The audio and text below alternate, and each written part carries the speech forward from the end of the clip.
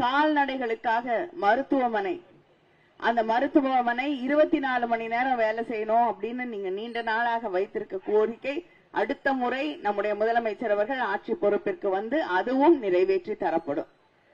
BJP அடிக்கடி வந்து இங்க பிரச்சாரம் செய்வார்கள்.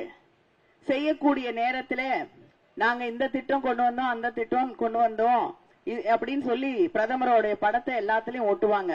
நான் ஒரே ஒரு திட்டத்தை மட்டும் சொல்றேன்.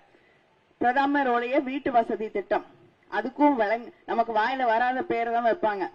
பிரதான் மந்திரி ஆவாஸ் யோஜனா அப்படின்னு ஒரு திட்டம். புரிஞ்சுதா? புரியல, புரியாத பேர் தான் வைப்பாங்க. ஹிந்தியை அப்படியும் திணிச்சிடணும் இல்லையா? அதுக்காக அது பேரு பிரதம மந்திரி திட்டம். ஆனா அதுக்கு காசு யாரு கொடுக்கறா? முத்துவேல் கருணாநிதி ஸ்டாலின். நம்முடைய முதலமைச்சர், நம்முடைய தமிழ்நாடு அரசு கிட்டத்தட்ட 61% அதுக்கு பணம் கொடுக்குது. அவங்க கொடுக்கிறது 39% தான் பிரதமர் வீடு கட்டக்கூடிய திட்டத்துக்கு. உண்மையிலேயே நியாயமா அத முதல்வர் திட்டம் தான் சொல்லணும்.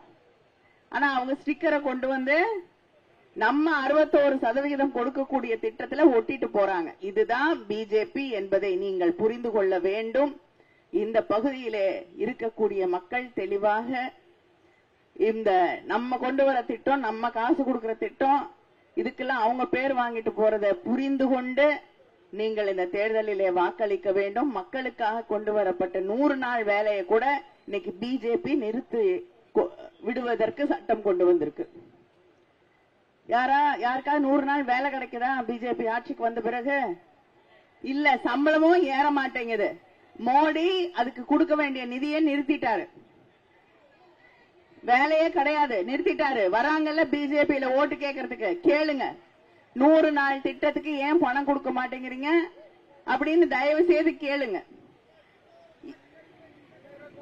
அதனால் இந்த தேர்தலிலே அங்க இருக்கக்கூடிய தம்பி சொல்லிட்டாரு, எந்த மாற்று கருத்தும் இல்ல. நம்முடைய ராஜா அவர்களுக்கு உதயசூரியன் சின்னத்திலே வாக்களித்து வெற்றி பெற செய்வீர்கள் என்று நம்புகிறேன். நமக்கு மகளிர் உரிமை தொகை இப்ப 1000 ரூபாய், அடுத்த முறை ஆட்சிக்கு வந்தவுடன் 2000 ரூபாய், சகோதரிகளுக்காக 8000 ரூபாய்.